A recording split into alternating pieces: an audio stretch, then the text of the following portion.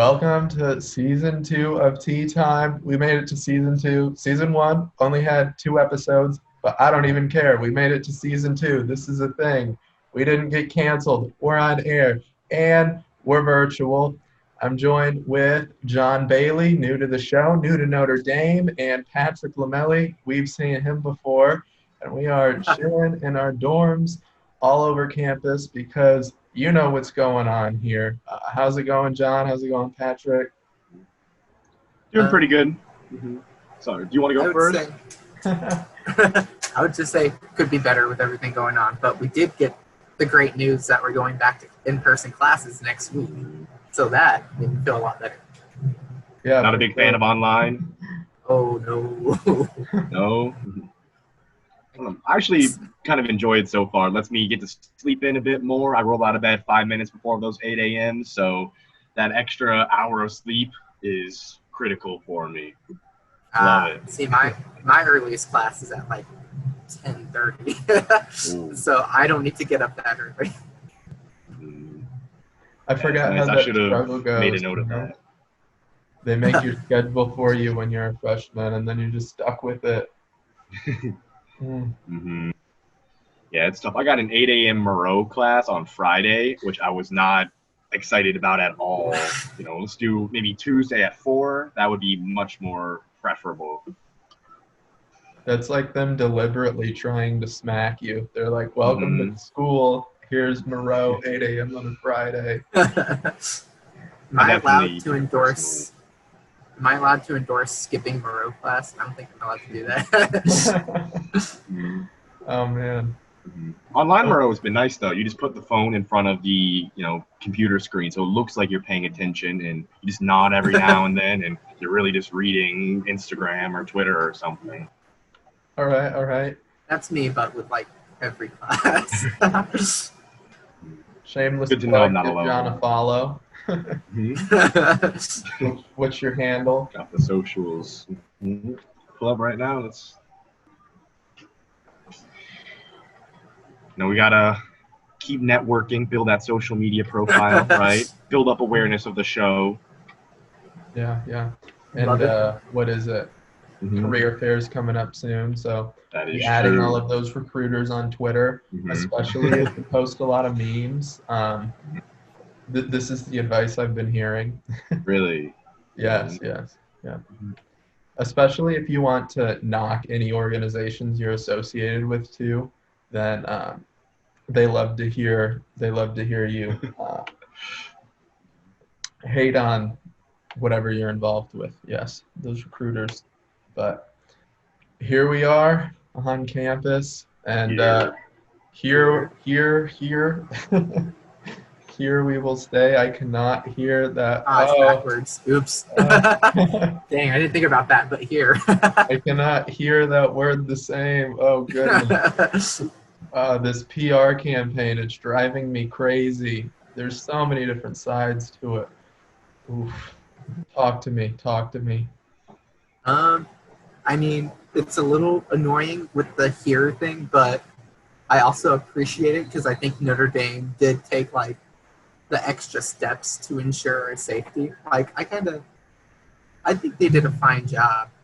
I mean, it just depends on the students to listen to them. I could not tell you how many students I see entering doors with exit like in big bold right on the door, and they just walk right in, and I'm like, really? Come on. Yeah, I agree. I definitely don't think HERE is any sort of groundbreaking creative marketing as far as slogans go, but I do think the university has done a diligent effort in trying to set aside these health guidelines and protocols for the students to follow, and ultimately the responsibility then falls on the students to actually enforce these for themselves and with others then, that we adhere to these protocols. Because at the end of the day, the administration can only do so much. There's over 8,000 undergraduate students here, and if 8,000 of them decide to follow the rules, but just a couple hundred don't, then the entire student body is going to suffer as a result. And it's just difficult to, police, thousands and thousands of young college students. Yeah, when I first heard about it, I didn't know what to think, because part of you thinks, all right, we're in a history class, 50 years down the road, and we're looking back on the pandemic of 2020, and we think, oh, they shut everything down, and then cases started to taper off because that's what happens when people aren't going anywhere, and then they open up all the schools. Well, what do you think the next logical step is in the process? Of course, you'd think, well, yes, everyone gets sick again. So if we're looking at this from a perspective where we're 50 years down the road, then yeah, we think, oh, they bring us back. There goes the cases. But then at the same time, it's kind of inspiring, you know? You're like, here we are in the midst of a global pandemic, and we're going to try to take this scenario that people think is going to happen, and we're just going to like smack it. And we're going to say, hey, we don't care about what everyone thinks will happen because we're Notre Dame and we can do this different, you know? So many different pieces to it. And I just don't know what to think a lot of the times. Oh, man. Yeah, it's such a complicated and nuanced issue. It's difficult to have a right or wrong opinion per se. It's got to be in between, I think. Nobody's a 100% correct. We don't know what we're doing. We haven't had a pandemic since, the Spanish flu back in the 1910s, and certainly didn't handle that much better than we're handling this one. So I think I hate this phrase getting thrown around so much, unprecedented times, but they really are. And we don't know what to do. Everyone's just trying their best. And I may be naive and optimistic to say, but I genuinely believe that the administration does have our best interests and are trying to do what they think is best for the students here. So I'm, grateful to be here for my freshman semester, to be here and meeting everybody on campus. Community is the reason I chose Notre Dame, to be part of the dorm community. I've loved Stanford Hall so far, and it's the greater community at large. Everyone here is so kind and friendly. You just walk down, the quad, and there's going to be someone who says hello to you, even if you've never seen them before. And that's what I yearn for in life, just a sense of community. And that's why I'm glad Notre Dame's been able to provide that for me so far in my freshman year.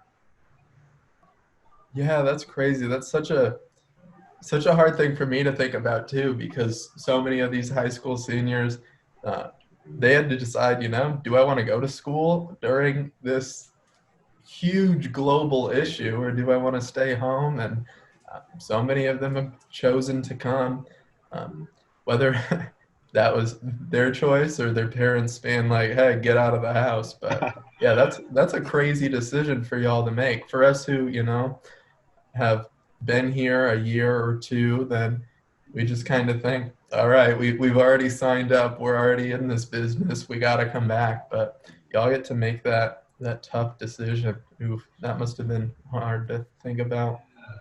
Yeah, it was difficult. I thought about it a lot this summer, but ultimately I thought that it would be best to try to acquaint myself with campus, regardless of how different it may be, how restricted things may be, as long as I get a little taste of what Notre Dame is really like. And I also thought that adversity and these challenges, these tough times bring people together more so. And I wanted to be here in my dorm and kind of bond with my friends, the fellow Stanford Hall men, and get through this together, really. And if we got sent home in a month, that would be fine with me, because at least I was able to establish some bonds while I was here. And I also don't plan on breaking a lot of the health protocols. So I figure that if I follow these guidelines that the university has devised that they think will keep me safe, then I trust that if I, adhere to them, I will likely stay safe. And that was my mindset coming into it. I want to say I'm thankful for Notre Dame giving its students a second chance instead of just sending them all home. And I think I'm actually pretty proud of what we've done in the past week and a half. But hopefully it stays that way, even with restrictions a little bit eased. So we'll see what happens this weekend. Yeah, that's going to be interesting. I'm a little worried, to be honest. I feel like it's going to kind of be cyclical, where we, make things a little bit more strict. Cases go down, we loosen up, cases go again. So we're going to lock down for a little bit, and then it's just going to keep repeating itself in a never-ending cycle. And that's my biggest concern, honestly. Yeah, and I'll be looking out my window tonight. We talked about the Spanish flu.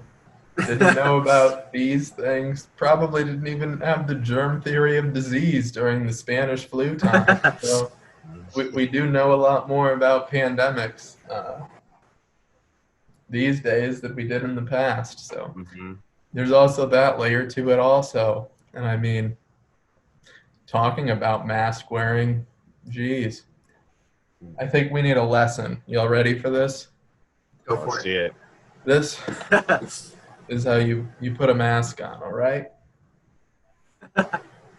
Hold on, it goes over your nose, Anthony. What are you doing?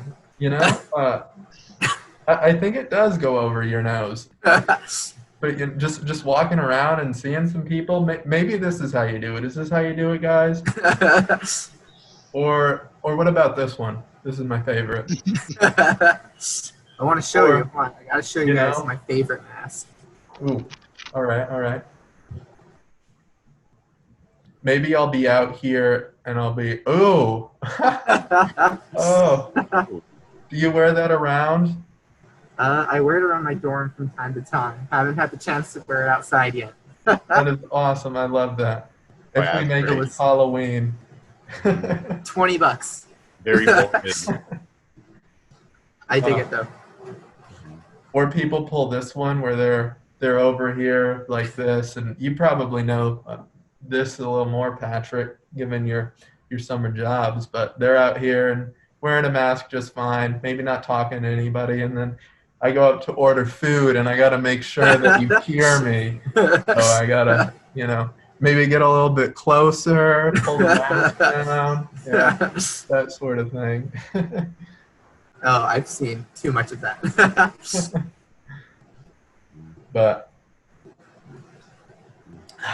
good to see people, like most people, wearing them religiously, outdoors, indoors, even wearing them when they're running. I did not get on that train in the beginning. I was like, I don't run so I can wear a mask. I run so I can get out of one. But Right. I tend to come around on the bandana train when I run, but it's great to see people actually, following these rules, and calling people out when they don't.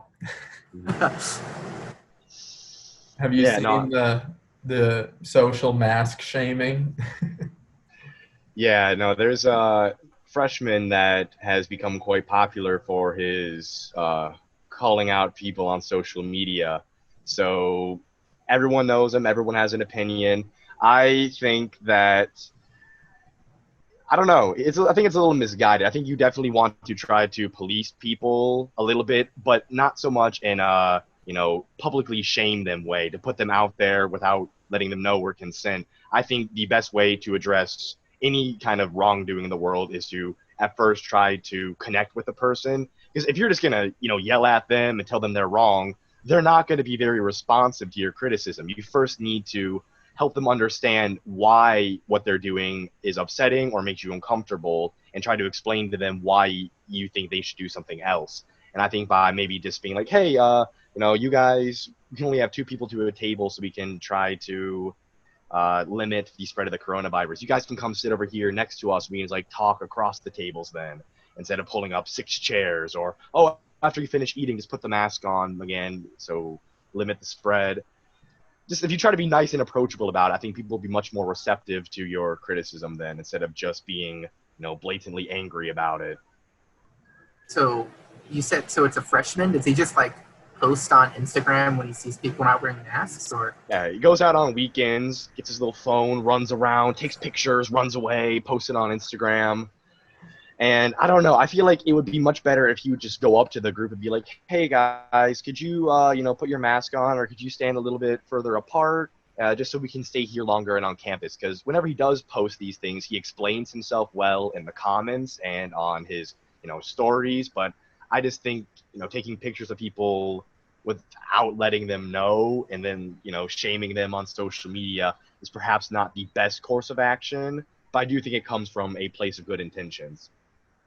I was going to say, to his credit, it's if you're a freshman, and the people not wearing masks are probably sophomores, juniors, seniors. It's you don't have too much authority over them. You know what I mean? So it can be I can see why it could be a little bit scary in a sense, and that they probably wouldn't listen to you. Mm-hmm. But I think there's a reason we have HERE ambassadors, right? Mm-hmm. Yeah, what are your thoughts on those guys? Do you think they're effective? I think they're effective. I mean, from what I've seen, I mean, I personally wear my mask whenever I'm outside. But like the couple of times I've been in Dunkin', I'll see the guys in the green shirts running around to people. Put your mask on. Put your mask on. I see why it could be annoying, but like it's kind of a good kind of annoying. Well, they're pest to you until you do the right thing, you know. Yeah, So I think they're respectful for the most part too. They aren't trying to nag you about it. They're always kind and polite whenever I see them in action. And again, that's what I think you need. I think you need to try to be understanding to the people and approach them, with empathy. A I would Lesson agree. in Human Decency, Episode 1, Season 2 of Tea Time. Exactly. This is why we come here. But yeah, like you were saying, the optics of that too. Think about it. Oh, I see this big group of people who aren't following health guidelines and are potentially spreading the virus. I'm going to not intervene and take a picture of them that they may or may not see hours later after the fact. They might have spread coronavirus to all of their peoples. Mm-hmm. So I see what you're saying there. If I just take a picture and don't have that conversation, then are you really doing it for the people, or are you doing it for the clout, man? That's a good point. Oh. And yeah, the HERE ambassadors, one thing I didn't know, but I'm starting to pick up on paying attention to like their faces and that sort of thing. Some of them might have been hired specifically for this role, but a lot of them I'm noticing have been pulled from like other departments in Really. student affairs. Like I noticed some of the people I work with at the rec sports department, they've been kind of repurposed. They're now HERE ambassadors. So these are people who, you know, they signed up to run the Smith Center, and here they are patrolling La Fortune, making sure people are following health guidelines. Like there's a big shift in resources that Notre Dame has undertaken too to help enforce these things. And they aren't necessarily what these people sign up for, but they're really working for it. Props to these people, out here not doing their job description and doing it for the kids, because sucks for them when we aren't here. Campuses. Yeah, I have a lot of respect for the staff this semester, because they have to take on another role of, you said, even if you're not specifically a HERE ambassador, but if you are just, working in the cafeteria, or if you're a professor when we go back to in-person classes, that they have to kind of be, a babysitter almost, and make sure that everyone is following these rules and reminding them, and nobody really wants that job. So you're right. I have big props to those people who still are going under this huge undertaking and doing it willingly and as best as they can. And the work that they put in over the summer too, on top of all that stuff. They were hitting up Zoom calls every day or every other day, working all summer when normally they'd have, a little bit of a break at least, and trying to figure out creative ways to bring people back. And I think a lot of people appreciate it. Maybe they just don't recognize it as much, that sort of thing. Good point. And then we come back and have welcome week and see all these hordes of freshmen who aren't physically distancing. And the older ones of us are out here thinking, come on, man, welcome weekend captains, where are you at? Break these people up. And all of these freshmen kind of getting this impression like, do these health guidelines really matter? That sort of thing. I don't know. What was your welcome week experience like? Well, it was really great, honestly. I was the welcome week captains for Stanford Hall. Shout out Marty Kennedy, Reynold Haymar, beautiful people, love them both. They did a great job of, I think, being, fair in terms of like they want to give us as much as we can without breaking protocols. They tried to devise a lot of creative ways to get us to interact with each other and plan activities that still fell within the guidelines set by the university. And I'm very, very proud of them. I've already, like by the second day, I already felt at home here at Notre Dame, at home here in Stanford, and just on the North Quad, they tried to pair us up with a lot of the other dorms around us, so we get to know people outside of the dorm as well. They had, a whole, slate of programming for the whole week, really. But it's once the programming ended later at night that things perhaps got a little out of hand in some instances. I'm not a big party guy. I'm more than happy to just kind of hang out with a small group of people, which is what we did most nights. And when we were walking around the quads, you see South Quad, you see hundreds of people out there. And it's a little disappointing, but at the same time, you have to realize that no matter how hard you try, you can do your best to try to convince others to follow the protocols. But at the end of the day, you can't let it bother you that if other people are making these choices. And it's also not really your responsibility. You can only do so much, so you can't let it get to you, bring you down if you see other people doing these bad things. You are, at the end of the day, only in control of yourself. So that's kind of what my mentality's been the past couple of weeks, and it's been nice to see that more people have just willingly adopted the protocol, start taking things more seriously since the shutdown last Tuesday. Yeah, and we feel for you guys too. We're like, this is such a tough situation, trying to get to know all these new people in your section and your dorm and people outside of your dorm. And it's almost all of these weights almost just weighing you down. And you're out here trying to swim the social ocean, trying to find your place here. So it's great to see that you guys found your place. And your welcome week captains kept on you guys a little bit and found creative ways to do things good. Props to those guys. But like Patrick, how does seeing this happen compare to what you went through last year during Welcome Week? Welcome Week was not a welcome weekend, not a whole week. It was active. I hate to make John jealous. It was just activity after activity, crowds. Like I'm in Kenan here in Stanford. Oh no way! Yeah. So we did like a whole night's march, which I think they were able to do kind of like we were just jumping all over each other, screaming through all of campus. We did what's the word? Anthony, we did like serenades. Serenades. Yeah, John, you didn't get to do serenades, did you? Oh no, I don't. What's that all about? It was super embarrassing but hilarious looking back at it. Like they just made the freshmen sing stupid things and do stupid dances to like other dorms. So like Keenan would line up with Flaherty on the other side of like a sidewalk, and then we just dance at each other. And it was stupid, but it was hilarious. I'm gonna say that actually sounds quite fun. Sad I missed out on that now. Yeah, and out of curiosity, did you guys take a picture in the stadium? Were you guys able to do that or no? We did. We're all spread out on one half of the stands, and they did 2 sessions so we could all be socially distanced 6 feet apart. And they merged the pictures together, so the person sitting next to you is like digitally imposed on the same picture then. That's so smart, actually.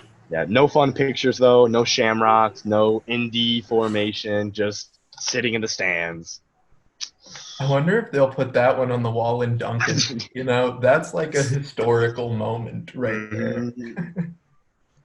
Here's our incoming COVID class. Which that might be like the picture with like the coolest history, I think. I don't know, like how you guys were able to do that. That's really smart. Yeah, they can redo the Shamrock. They'll never redo that one. Good point. Yeah, that's kind of what I was saying earlier, though, is because these are, challenging, crazy times. It may be reckless even of me to say this, but I kind of wanted to still be part of a thing, to, come to Notre Dame and try to fight the good fight and take on this challenge head first and be part of a university that is trying to do something that everyone else said was impossible. Yeah, I totally get that. It's so inspiring. Like he said in his address, this could be one of the great comebacks in Notre Dame history. Like That makes you want to join the team when you're like, we can do something crazy despite what other people say, despite what the outsiders say, because maybe at least it feels like, we know a little more than them. We're here. We know that this is possible if we all follow these protocols and that sort of thing. And we want to do something crazy that everyone will talk about for years to come, because we are the Fighting Irish, that sort of thing. Yes, So, sir. then there's other people who, say, are you serious? You are putting so many students' healths at risk, and you're doing it.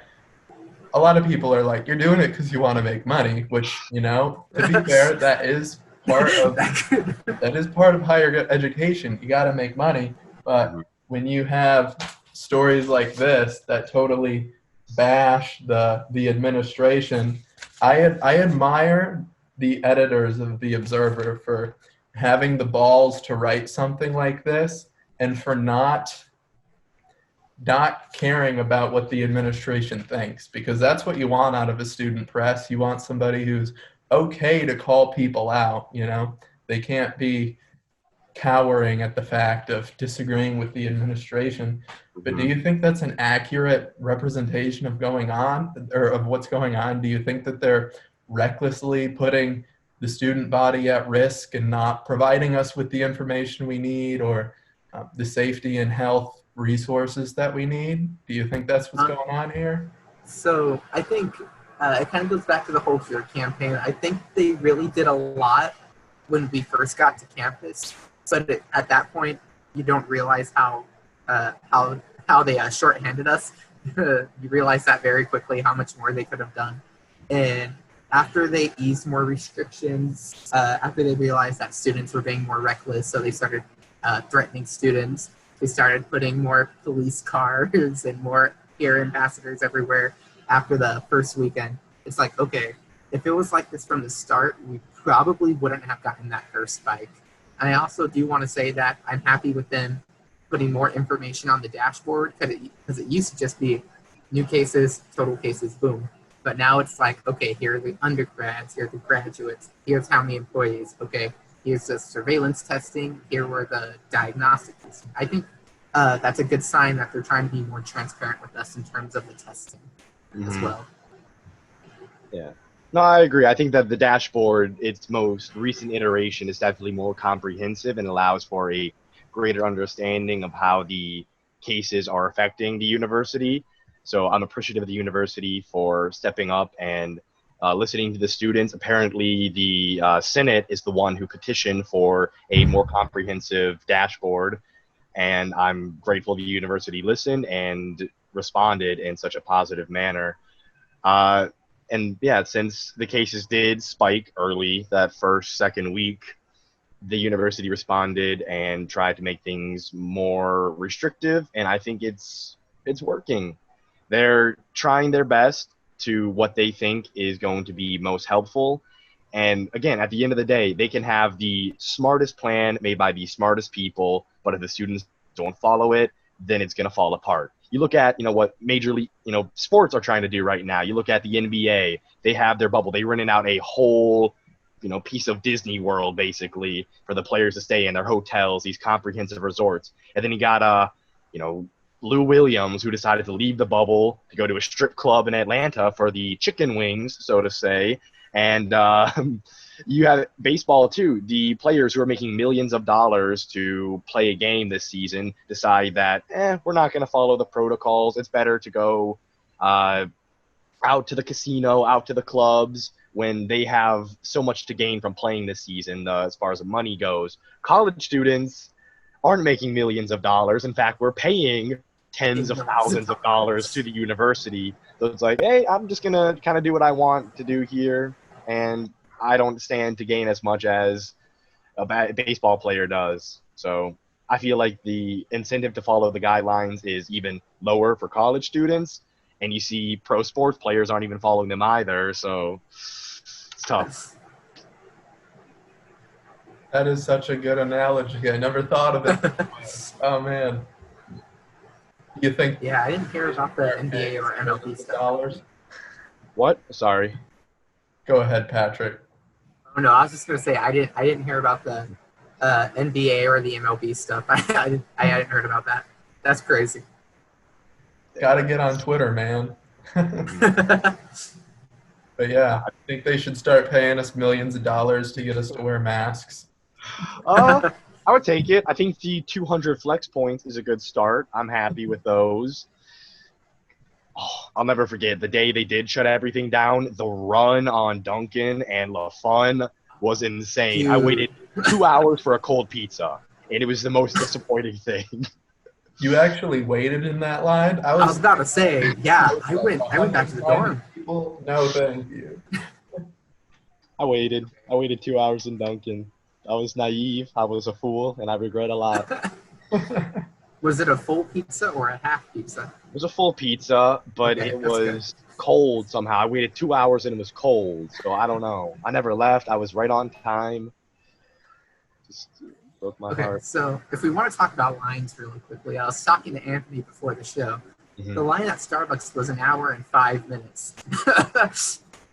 Just, I kind of feel bad for the workers because they just, like, I remember going through Dunkin', it had to have been weeks ago at this point, but I looked at, like, the modern market screen, and it was just packed with orders, and I just felt so bad for them. Since everyone has to order online, I think it's, like, way more pressure on you. Yeah, I could never. I feel like just working in the service industry during normal circumstances is a lot to ask of people. Like, I imagine being like a Walmart cashier, the amount of stuff you have to deal with on a normal day in 2018 without a pandemic. And then you have people threatening to shoot you for making them wear a mask. And obviously we don't have that here, but it's still just crazy. So yeah, big respect to the guys working at Dunkin', at LaFun right now. Those Starbucks baristas deserve a raise. Reminds me of our campus dining episode. You weren't there for that, John. We talked about Grubhub and how I felt I was cheating everybody if I used Grubhub, but other people didn't see it that way. Now we all got to do it, you know? Like, screw you. Oh, Anthony, that must feel so. So speaking of campus dining, what do we think about the dining halls? It's rough. It's rough. My digestive system has been suffering for weeks now. It's not fun, man. The same, pasta versus Mexican or Asian or burger, and I'm just getting tired of it. Oh, I don't know what you guys think, especially because I've heard the food has been significantly better in past years. So to start up here and to go way down there might be a struggle. I think people always knock on the dining hall, whether they have good food or not.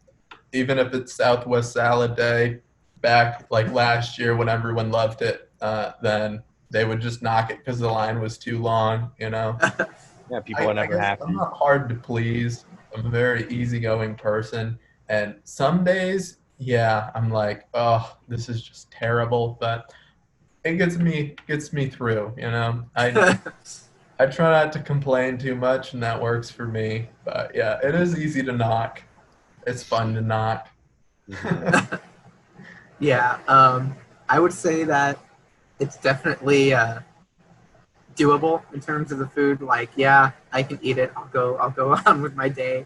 But I'm a manager at North Dining Hall, so I've seen a lot of what goes on on the background, and it's like, for what they can be doing, I think they're doing a really good job. Like, because they lost a lot of workers over the summer because of the pandemic, and then it's like because they just keep ordering more and more food from like distribution centers, and everyone's doing that, so it's like they're running out of food too.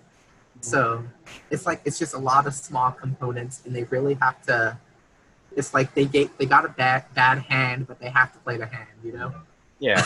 No, I agree, and I guess it's completely unfair to really knock the dining hall staff. They are doing their best. They gotta mass produce this food, put it in boxes as quick as possible, and just stay up to date with the influx of students coming in at different times. So I completely understand. It is disappointing to have less variety and perhaps lower quality than usual.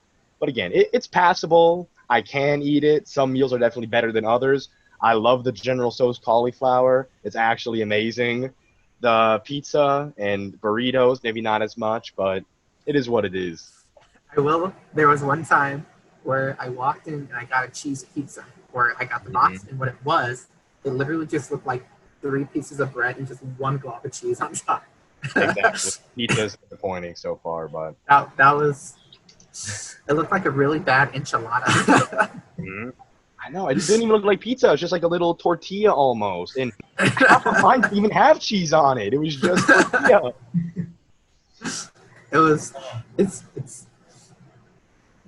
It's hard to be negative when I know everything that goes on with that. But sometimes it's like, come on, guys. It's fun to complain a bit sometimes. It is fun to complain. You just got to. It's cathartic or whatever. So where do you think we go from here? You know, we're coming back to classes. Starting to pick up a little bit. Hey, you can go in some other people's rooms if they're in your section. Yeah, I got the email and I sent it to my section group me, and everyone was ecstatic. But the RA was like, guys, that doesn't start till next Wednesday. Stop. I'm really happy to go back to in-person classes, as we talked about, because I can't focus online.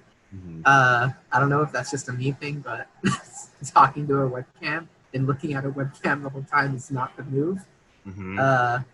I'm just hope it stays this way, and hopefully, if it does stay this way, even more restrictions will be eased. But like maybe I'll be able to go to another section in my dorm. Maybe I'll be able to go into Stanford again. Yeah. No, I'm yet to see Keenan from the inside, so I need to take me on a tour sometime, maybe. Yeah, it is the best hall on campus, so you're missing a lot of stuff.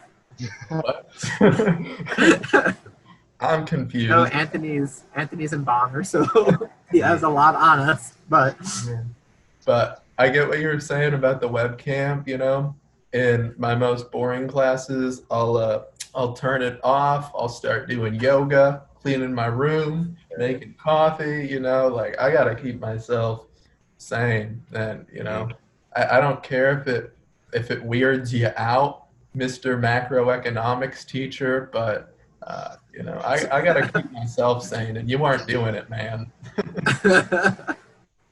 Yeah, no, I understand that. There's definitely, I'm in 4 classes right now, you know, chem, calc, bio, and philosophy. Half of them are very interesting. The professors try to keep it entertaining. They're very energetic. And the other half are more mellow and laid back and very monotone. So it's kind of hard to focus when they talk like that. But again, mine are all very big lectures with like at least 50 people up until at least like 150 some. So it's difficult to socialize with people and those because you're in a big auditorium. I'm in like DPAC for half my classes. So I'm like, hey, what you get for number 2? And the person has to yell back to me. So that's been tough. I haven't had a big problem with the online classes because it is just kind of lecturing. And I already have a group chat with most people in my classes. So if I do need help, I can just reach out to them that way. But hopefully being back in person will allow for even more relationships to develop then. My biggest concern is actually with like the professor's health though, because you know, some of them are more advanced in age, and I don't mean to like minimize the effect of the virus on the youth. It can definitely have adverse effects, long-term health effects. We talk about this baseball pitcher, Eduardo Rodriguez, now has heart problems, so he can't pitch anymore. He's only 27 in great shape. So I'm saying it could happen, but the likelihood of, you know, mortality is so much greater for these, you know, people in their 50s, their 60s, their 70s. And I'm just worried about putting them back at risk, you know, in these, I know they're far away, but still breathing in these closed spaces. I would feel just so guilty if one of my professors got sick. What's interesting though is that, yeah, that's a good point. But at the same time, I felt like the classes were like that was the place where you had the least chance to catch it, you know? Like that was a place where everyone followed the rules no matter what. I only have 5 classes, mind you, and like 2 of them are only online anyway. But I didn't see anyone get mad at each other for wearing masks or anything. I think the students were more open to the rules whenever it meant they had in-person classes. So. Yeah, you're right. Everyone was following the rules for the most part. Except at the end of class, a lot of people would come up to the professor and ask questions, and there would be like a group of 20 kids like really close around them then. Wait, would they And go that like? was my concern. No, they did not do the McDonald's pull down. They still had it up, but I don't know. I would hope the masks are effective. I'm just a little worried about that still, and I'm glad we do have these. Everyone's following the rules, so I just gotta stay hopeful that no one does fall ill. Yeah, I feel like the university probably gave like professors the option to go online if they wanted. So I think that's really good too. Mm-hmm.